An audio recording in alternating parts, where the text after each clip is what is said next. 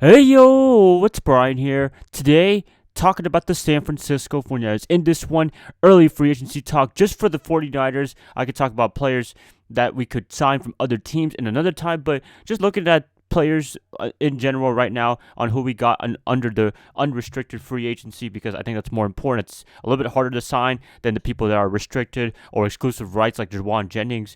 These guys, they have a good chance of leaving the team and going somewhere else for a bigger payday. And for the players, I definitely support them on going to another team and getting more money because you know what? Teams don't really show loyalty too much, and you just got to take the money if you can. I wish they could stay in San Francisco if they do leave, but they have to think about their livelihoods, their family. It's nice to think about fans, but at the end of the day, it is your life, so you got to think about supporting yourself and your family big time. So anybody that stays, that's great, but if anybody leaves, I wish them the best of luck, and I support your decision on leaving the team. Although it does suck, though, right? Anyways, just look at a quick preview on who's going to be a free agent and what have you. I could do an in-depth list on the top 3 players, priorities tomorrow, looking at top free agents that we absolutely need to sign in order to have a successful season in 2022. Notable free agents right now, I'm looking at the list right now: Laken Tomlinson, Jason Verrett, Raheem Morris, DJ Jones, K1 Williams, Jeff Wilson Jr., other guys on it, Jaquaski Tart, Arden Key, Jordan Willis. Man, that's a lot of guys right there that were big supporters of the 49ers squad in 2022. And yet to look at the players that they can sign extensions to. They're not free agents, but they can do it early on so you don't have to pay them later on in a few years due to high market value like quarterbacks are right now. Debo Samuel, Nick Bosa. If you have a chance to pay him, you better pay him now before never because it's better to do it as soon as possible. It's going to cost you in the short term, but in the long term, it's going to save you a lot of money. I think the 49ers did this with George Kittle years ago, and it's paying very good dividends. Kittle has been a great tight end, one of the best in the NFL. I think the 49ers are very happy with the money that they spent. I think they will be happy when they do spend their money on Debo and Bosa because, I mean, that's just crazy to let them walk if they ever walk in free agency or anything like that. Just looking at that from that perspective, I should say. All right, so guys, looking at this with the salary cap, I think the 49ers, as of this recording, is about a little bit over the salary cap, actually, but I think they can make big adjustments. A lot of teams have been doing the restructuring, giving more years, less money in the down years, more money up front. It's just a lot of ways that the 49ers and other NFL teams can get away with this whole free agency stuff, and that's a really good thing because you want to keep your team as much as possible glued in together. Does it always work? No. You look at the 2021 Buccaneers last year. They kept every single player from their starting crew in 2021, and yet they did not win the Super Bowl. So, I mean, you're not safe. It's sometimes good to make a change and get an upgrade, even though you've won the Super Bowl. The Rams, they're in a different situation where they have a lot of free agents and they can't pay everybody, so a lot of people are going to be gone. And was it worth it?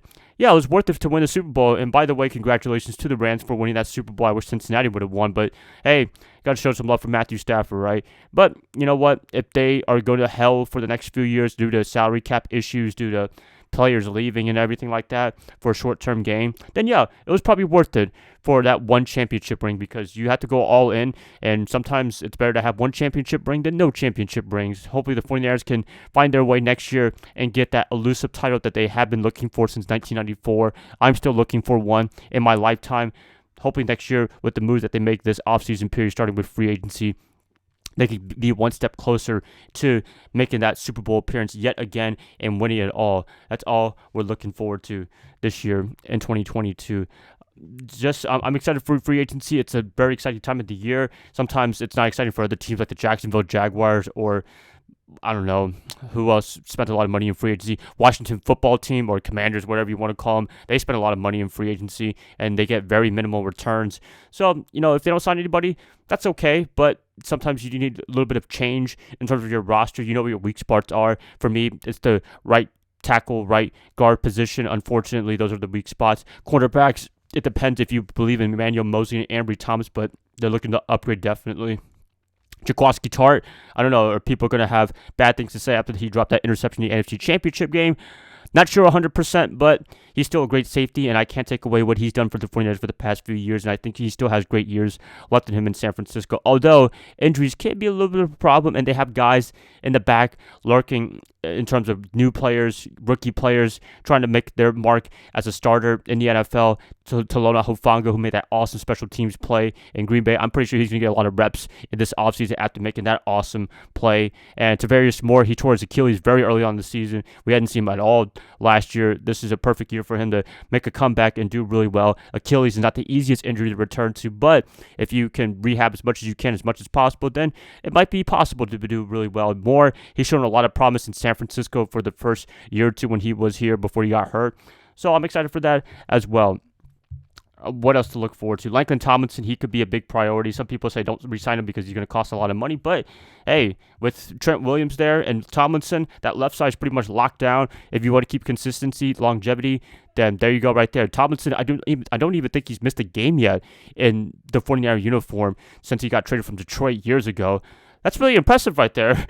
A lot of players, even Trent Williams, has been guilty of missing a few games during his career in San Francisco so far. And he's only been here for 2 years. Tomlinson's been here a lot longer, and he's been able to stay healthy, stay being well, and playing well for the most part. That's a really good thing for him. That could be a big priority right there. I could talk about that tomorrow on the absolutely big priorities for this upcoming free agency period. Raheem Mostert, he's a very interesting case. I don't know if they should re-sign him or not. I would love to re-sign him because he's one of the fastest players in the NFL. Nice burst when he gets that first hit. He can run really fast, but the problem is injuries. Can he stay healthy? I don't know, and I'm not really showing a lot of faith in that after being hurt for now a year or two.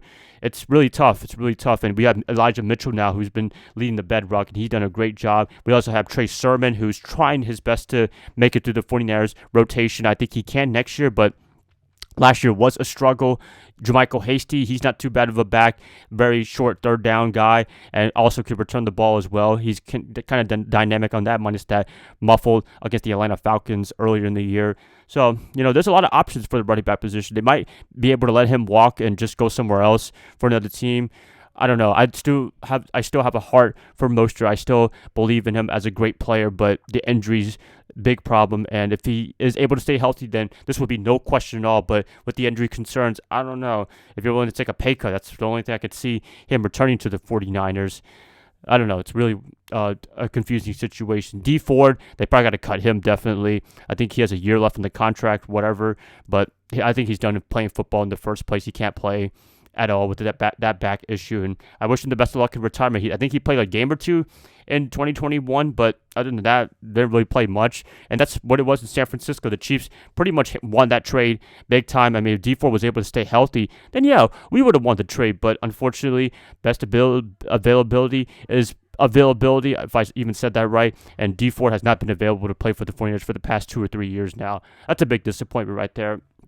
Wow, just a lot of talking about free agency. I hope you guys are still with me right now in this video. But free agency, as I said, exciting time of the year to see veteran players shift and go and see players get re-signed or bring new players in. That's also exciting as well. And I could talk about players that they could get in free agency based on team needs, and there's quite a bit of needs for the 49ers in terms of trying to reload this roster and make another championship run like they did in 2021. That's it, guys. Please let me know what you guys think about the 49ers and free agency. I'd like to hear what you guys say in the comments below, per usual. And if you guys like this, please like and subscribe. That's going to help me out a lot. I hope to catch you guys up tomorrow on a Wednesday when I do the top 3 free agents that the 49ers should re-sign for 2022. Bye, guys. Love y'all. I hope you guys have a great rest of your night. Go Niners all day.